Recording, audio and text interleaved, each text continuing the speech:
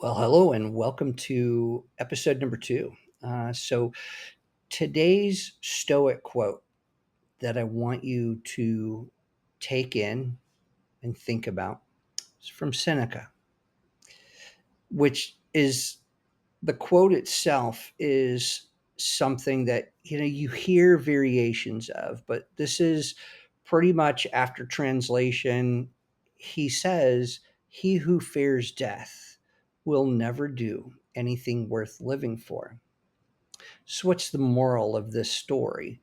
The fear of the unknown can paralyze us, and it does. It paralyzes everybody, from even the strongest people to individuals who may suffer from some kind of paralysis, right? I'm not talking about physical paralysis. It prevents us from taking risks or pursuing our dreams. I mean, how many people do you know that this happens? Seneca really was looking at a lesson to very much live very courageously. Um, while we're saying take risks, we're not saying risk your life. When we say, you know what, I'm perfect for this job, but I just don't know. I don't know if I'm ready for this position. Well, now you're doubting yourself and you are paralyzing yourself. I recently did this over the last couple of years of saying for a decade or more, I want to write a book and I have plenty of ideas. And I've actually put pen to paper to, gosh, a half dozen ideas. But what came to fruition? Only recently, in the last 3 months, I sat down, wrote a book on critical thinking. And then by the end of May, I said, what the heck? I'm going to publish it. And I went through all the, not the only the emotions, but I also went and found, of course, I use, Fiverr to for people who actually this is their, from editing to formatting to marketing. I hired individuals. Yes, it took some money, but it also took the fear out of it. I overanalyzed putting that pen to paper, that there are people out there. So anybody who, you know, is faced with any kind of fear, I want, we should be encouraging to face fears. Anybody that we know who says those words, well, I'm afraid of, or I don't think that I'm good enough, it challenges you and I to even speak up. A lot of times we're afraid to say something to friends and family that maybe we feel like, that maybe they're going to take it as we're judging them. We want to give them the support. And that support should always be positive, right? That's to living a better life. That is the quintessential part of the Stoics. So overcoming the dread of failure or the finality of death empowers us to make brave choices. Now you just heard me talk about, yes, the ultimate end and the demise of our human selves. We have to face the fact of our mortality, right? Don't be afraid of it. We all know it's going to happen someday. And so why wait? Time is, of course, of the essence. So the quote from Seneca and the moral derived from it really underscores a critical aspect of human psychology and behavior. So this impact of fear on our ability to lead meaningful lives is an important concept for several reasons. Freedom from paralysis. Fear, especially of death or failure, can be a powerful inhibitor that prevents individuals from taking action. How many of you are part of this? I can say even in my 50s, I still do it. And I love Stoicism and I read it and I get up every day and, I go, okay, how am I going to embody today one of the lessons? Because I do have, like Marcus Aurelius's meditations on my night table.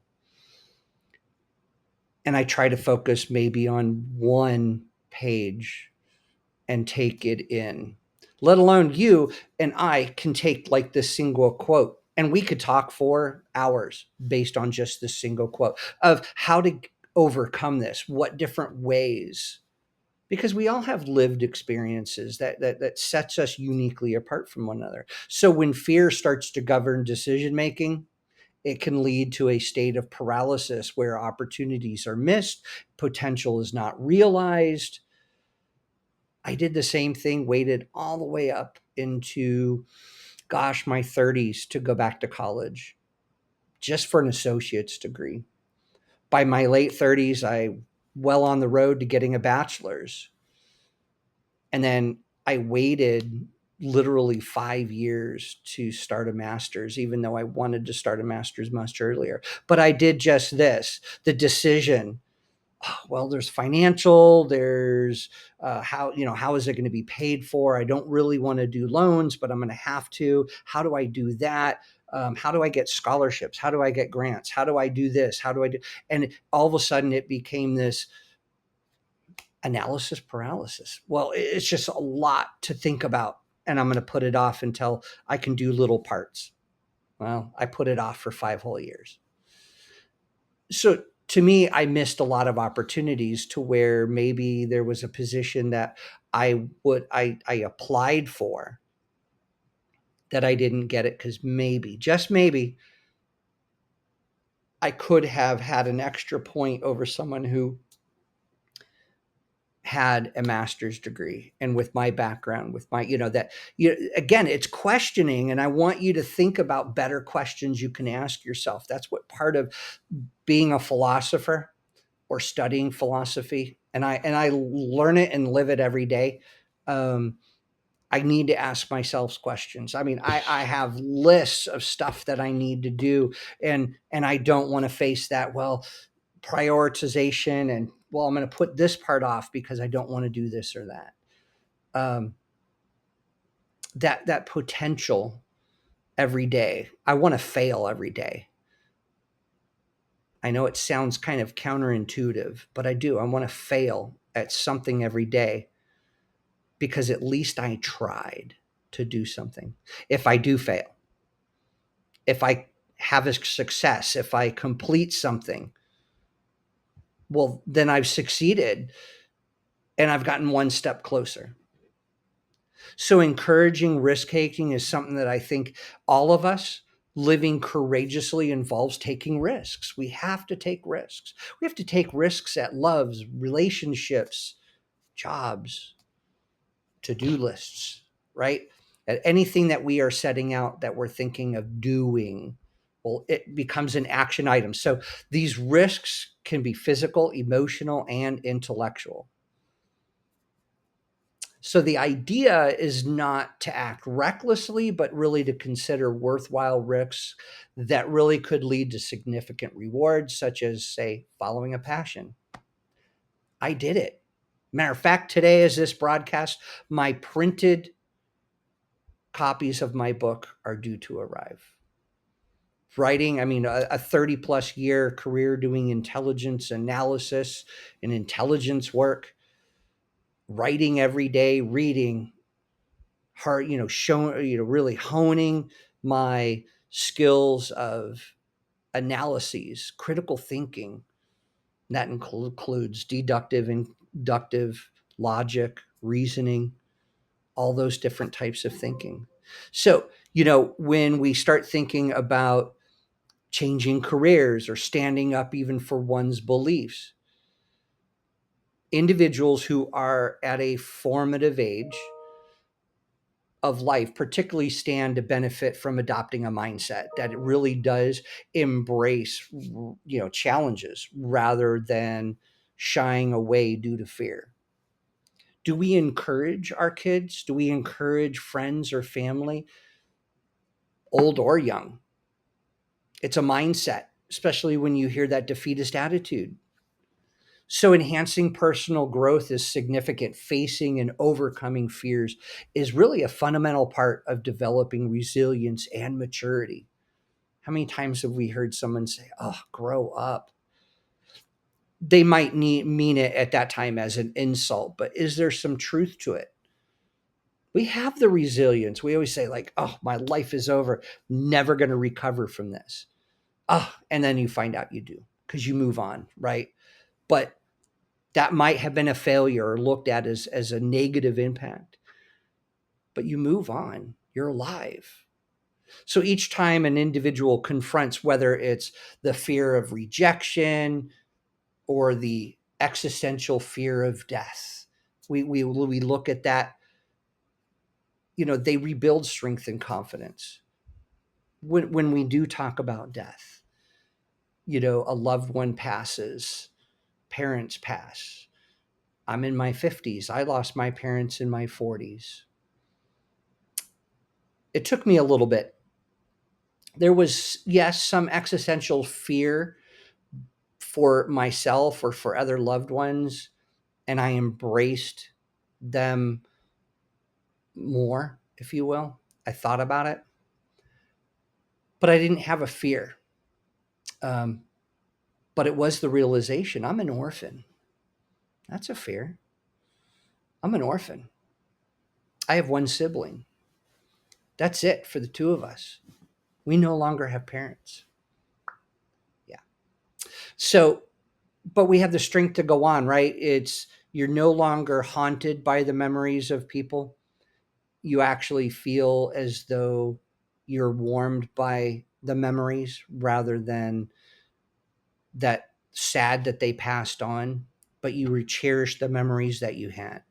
So this growth really allows you to handle challenges more effectively, so, fostering a cycle of continuous personal improvement. How many times or how many places can you go that there are individuals that teach life coach, energy work, meditation, personal growth and development, how to be a better person, how to capture the energy or your vibe, how to select your tribe of people that you want to be around, that able to give you maybe some answers, some clarity. So living a life worth remembering, right?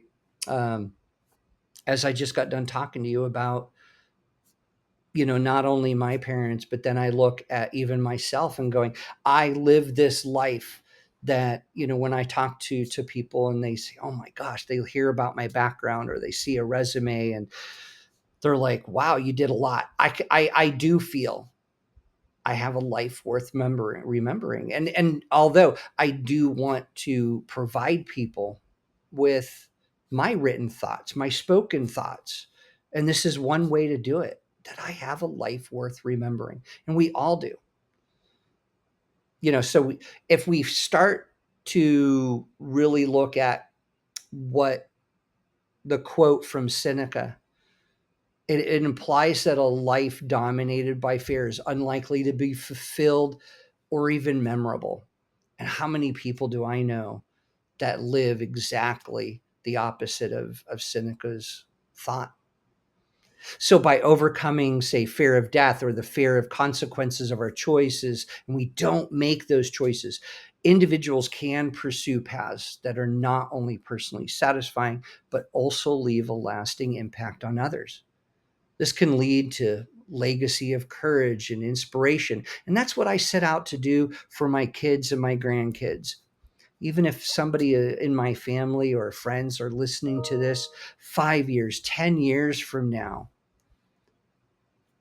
at least I can say I've left something and I felt like it was really worth living for. So empowerment through action is something that we have to think about. So overcoming fear empowers individuals to make more proactive and brave choices. Again, we don't need to be thinking about, well, is it going to automatically fail, or do I have a greater choice, greater percentage of it being a success? And without it being high to success, well, then I'm not going to do it. So this empowerment really can lead to greater personal fulfillment as people realize they have more control over their life's directions than they might have previously thought.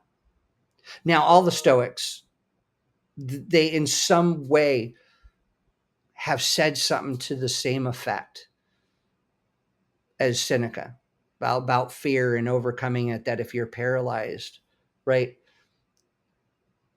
It's not, it's because they talk about how to be better and how to be happier, because we don't want to live in fear. That's not a happy place, right? So really encouraging a proactive approach to life, where one actively shapes one's destiny rather than being shaped by circumstances.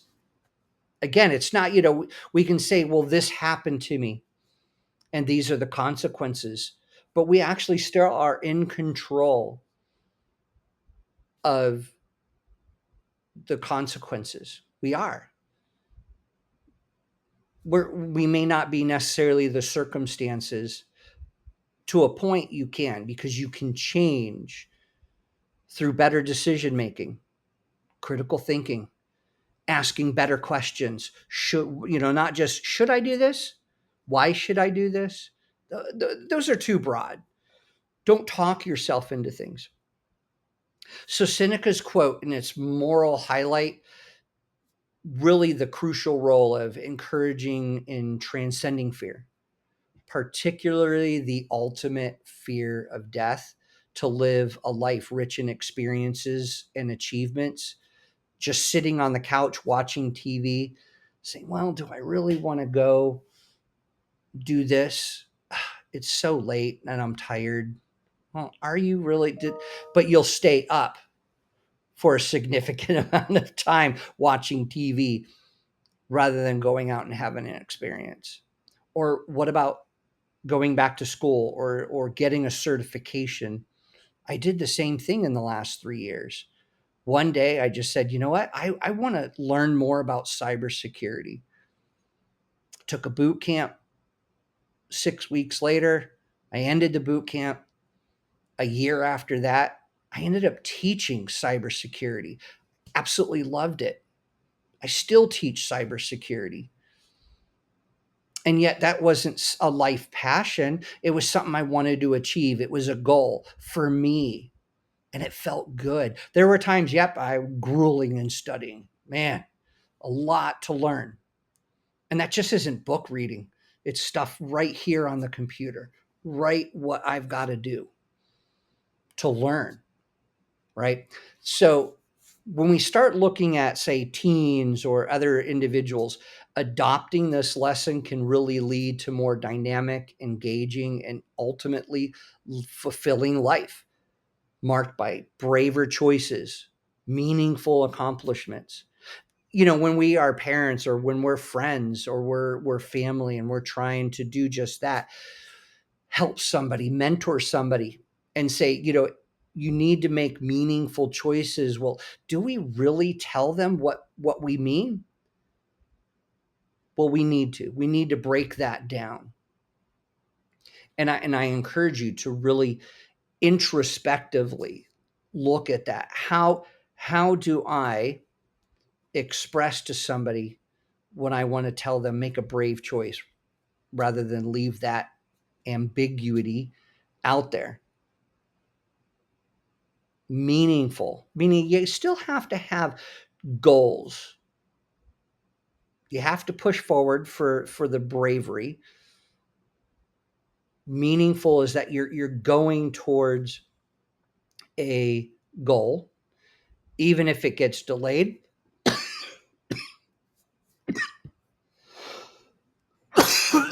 Sorry. Even if it gets delayed, it still has a goal in mind. Maybe you're not on your timeline. So, explanation. Fear of the unknown can paralyze us, preventing us from taking risks or pursuing our own dreams. So really, this lesson really encourages us to live courageously. Now, I'm going to leave you with 2 questions. They're reflective. I want you to think about it, because we're going to end it here. What are some of your fears and how do they affect your actions? It's kind of a two-parter, right? What are some of your fears? I would say jot down 3 to 5. And then how do they affect your actions? in daily life? Do they? Your second question is, how can facing your fears really help you achieve your goals? This is crucial because, again, facing your fears, that's a roadblock, that's a barrier, and it's keeping you from your goal. How are you going to face it? With that, the doctor is out. Take care.